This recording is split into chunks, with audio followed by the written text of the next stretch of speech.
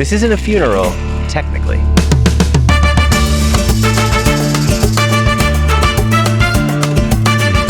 On this channel, we've shown you the depth of flavor that authentic Mexican food truly has. But what you probably haven't seen are the unique, hidden, and fascinating ingredients found here in Oaxacan cuisine. Fortunately, today we're going to show them to you.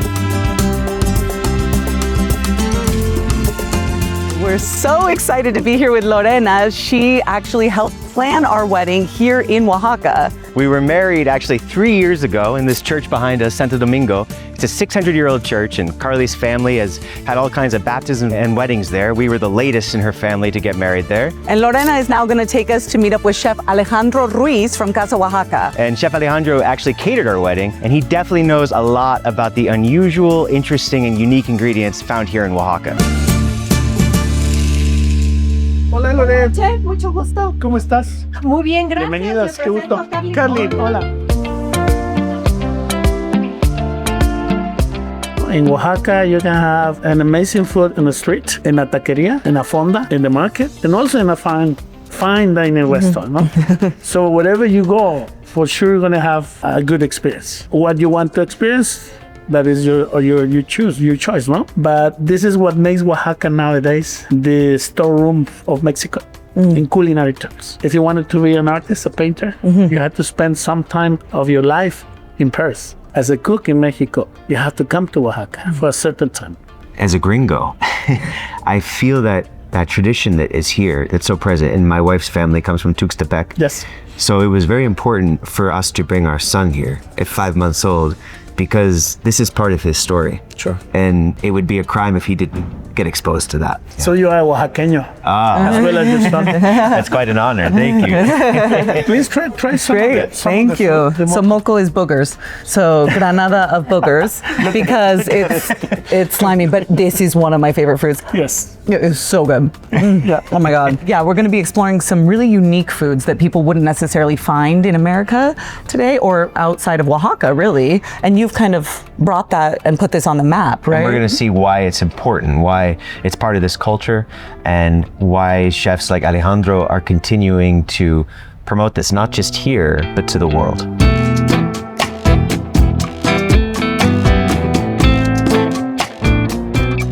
Chef Alejandro, he ended up surprising us and bringing us to his hometown, his home Pueblo, and basically this culinary experience that we're about to go on with him here. He's made a totally sustainable farm here in his hometown that he says really has the soul of his mother within it. They don't cook with any gas here because that's how his mother cooked. So it's all over fire on comales, all the way that his mother showed him how to cook growing up. And it could not get more local or authentic than this. We are in his hometown, in his pueblo, about to truly, truly eat and live like the locals.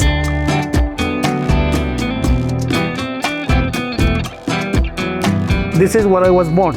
This is my homeland. And Portozuelo is to go back to my roots, to go back to my family, to go back to my heart, to go back to my mother. So the best things you can have in life, you want to enjoy it or share it with people to whom you love, and then people who you like. Yes. Which are your friends, and then the rest. If you don't share it, What's the point? There is nothing. I felt like your food told a story. But today, being here now, I feel like I, at Casa Oaxaca, got maybe part of the story, and now I'm getting Yes. the full story. You know the food is incredible, but now there's meaning within it that's deeper. And the idea here in the near future is to cook, to make like a tasting menu, only on Fridays, at dinner, by reservation, with everything that grows here.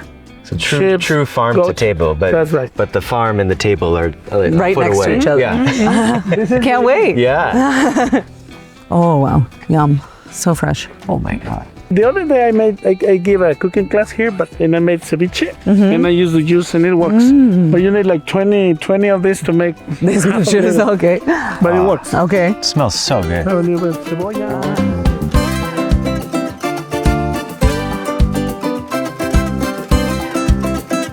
If you go to Casa Oaxaca in Oaxaca Centro, you're actually having a bunch of food that was prepared here in Chef's Pueblo. Not only that, it's supporting this community because the people making it are from this community. The ingredients are everything that they're using to create this comes right from here. Yeah, and from Melissa.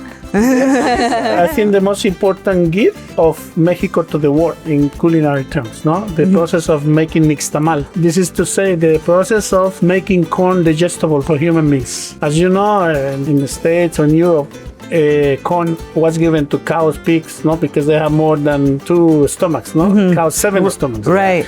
But human being, if you eat a corn without being nixtamalized, you don't process it. No. Right, you can't really digest it. And you can really digest it. Yes. So it's, How long has that been going on? Pre-Hispanic times? this is pre-Hispanic times. Yes. So we're talking over 1,000 years. That's correct. And it's still going on Yes. right here. And you're doing it exactly the same as they would have then. Over the flame, every Over the flame.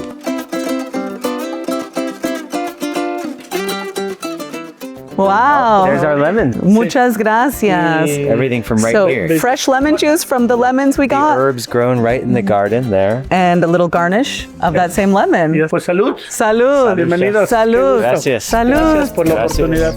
Gracias. So this is crushed worm with the salt, and it's delicious. It's incredible. It really is. And something that Chef was saying is they don't use worm just to use worm, just to be exotic, Exotic, yeah. just to be exotic. They use it because they're actually harvesting their vegetables, and that's where the worms are, and that's been tradition for ever. They live at the bottom of agave plant. So that is the plague of agave. How do you rid out of it? You eat it. And they really taste like agave. So they live at the bottom of the agave plant. Wow. So instead of using pesticides, they just eat the pests. I love that. Part of the diet. Yeah. Yeah. And it's very high protein. So this corn for these tortillas is all made right here on this farm. ¿Cuándo hicieron estas tortillas? Hasta un momento. Oh, they just made them a moment ago. They just made them. Yeah. It's traditional food.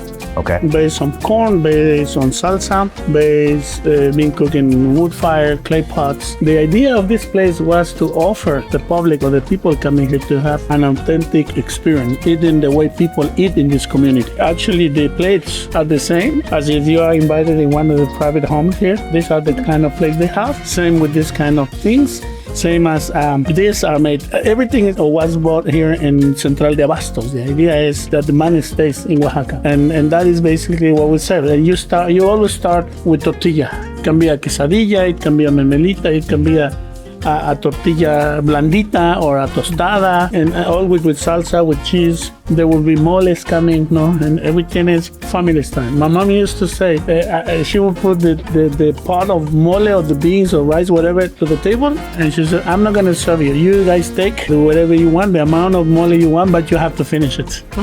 So everything, all the food was always in the table, and that's we are trying to offer here. So this is as authentic as you can get. This is the actual food that they eat in this pueblo. We are basically in someone's home eating the real food that they eat every day, using the plates that they use. And from here, we're going to go visit a couple other restaurants and eat some food that's a little bit more esoteric, even though the ingredients are still very authentic to Oaxaca.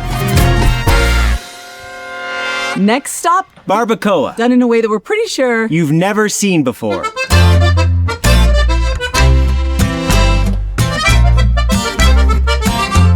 Hola. Muy bien, muy bien. ¡Qué gusto!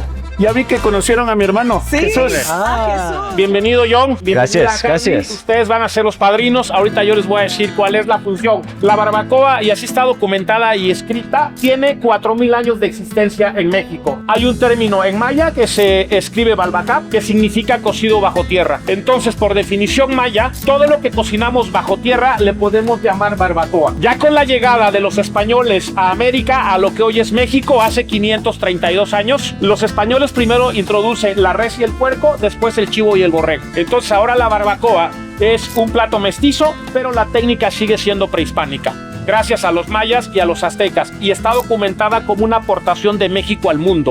En ninguna otra parte del mundo se hacía barbacoa. Nuestra barbacoa tiene ya 15 horas aproximadamente que está bajo tierra, que está en ese proceso de cocción, que no está oxigenada, por tanto tenemos una barbacoa muy suave, con un color rosado y muy jugosa. México es un país 95% aproximadamente católico, entonces la cruz es una señal de agradecimiento al sacrificio del animal. Hoy vamos a abrir nuestro horno del día, es una barbacoa estilo Hidalgo. Bienvenido, John. Bienvenido. Gracias.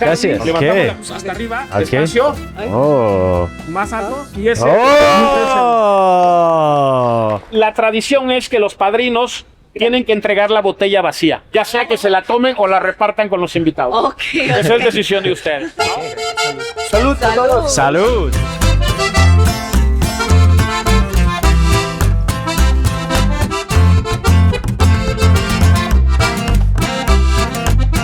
Gente se come el ojo, ¿verdad? Sí, de hecho hay regiones donde la gente pide la cabeza en especial. Número uno, para comprobar que lo que hayan metido al horno es un vino. Ajá. Y número dos, porque la lengua es muy rica. Y los sesos también son exquisitos. Esto es una exquisitez, es un gusto adquirido. ¿Y a ti te gusta comer la cabeza? lengua sí. La lengua. La lengua me encanta. La lengua de cerdo y la de res es lo máximo. Y los tacos de lengua es una carne muy suave, no muy rica. Para mí la mejor taco. Ok. Sí. Pues muchas gracias. A ver, ¿quién se come la cabeza? It is so tender, you don't even really need the salt. It's incredible. Is it Any similar to apprehension I any, had like- over the head is now gone. Is it similar to any like birria or barbacoa that you've had before? No, I've never had it like this. We're gonna try stomach for the first time. This is a new experience for me. Stomach and a ver, ¿qué lleva? Panza, sangre, Sangrita. sangrita. So it's stomach and blood. Yes. All right, And some herbs. and some herbs. So here we go. What do you think? It's really, I prefer that one, but it's good. It's just different. It's actually got a nice kick to it. That's really good. It's more the texture of stomach that I'm not quite accustomed to, but I am honored to have it. Borregos are naturally a very fatty animal. They use a type of borrego that is the least fatty of all of them, but they need that fat in order to make the consommé so delicious. It's so rich. Without It's it, it won't be incredible. rich. It won't Yeah. have that same flavor. So Wow. we were very special to be invited up to the uncovering of this because it's only certain people that get invited up because as soon as they take the cover off, it changes, it oxidizes essentially. And so the flavor, the immediate flavor is the best flavor you're gonna get. Once they take it out to the table, the flavor has already changed. Right. So tasting it the way that we did right here and just putting a tortilla in and taking it, that's the best flavor you're ever gonna No, find. and I've never had anything remotely like that.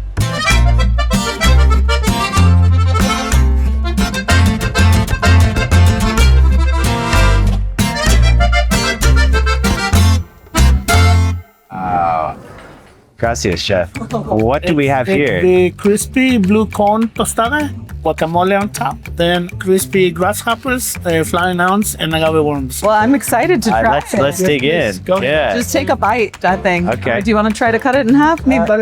Maybe try to cut All it. right. Yeah. Cheers. Cheers. This is different from any Mexican food I've ever had. Same. This is delicious. It's actually really good. I think if you closed your eyes, you would think we're eating something completely different. If I said like, this is just a tostada, close your eyes. Right. But what's crazy too is I kind of thought before the first bite, maybe I had to close my eyes, but now that I've eaten this, any kind of feeling I had about maybe I wouldn't like it is long gone. Interesting, And because so- I'm a little iffy about the worm still. I don't think I got one. I'm gonna do it. No, this is it's delicious. Okay. Yeah, it's just interesting because it's people have eaten this way here for 1,000 years, over 1,000 years. And when you think about it, I guess it's just, we're just not used to it. I don't know why we think it's any stranger than having meat. You know, it's just another being that we've used in food and it's really good.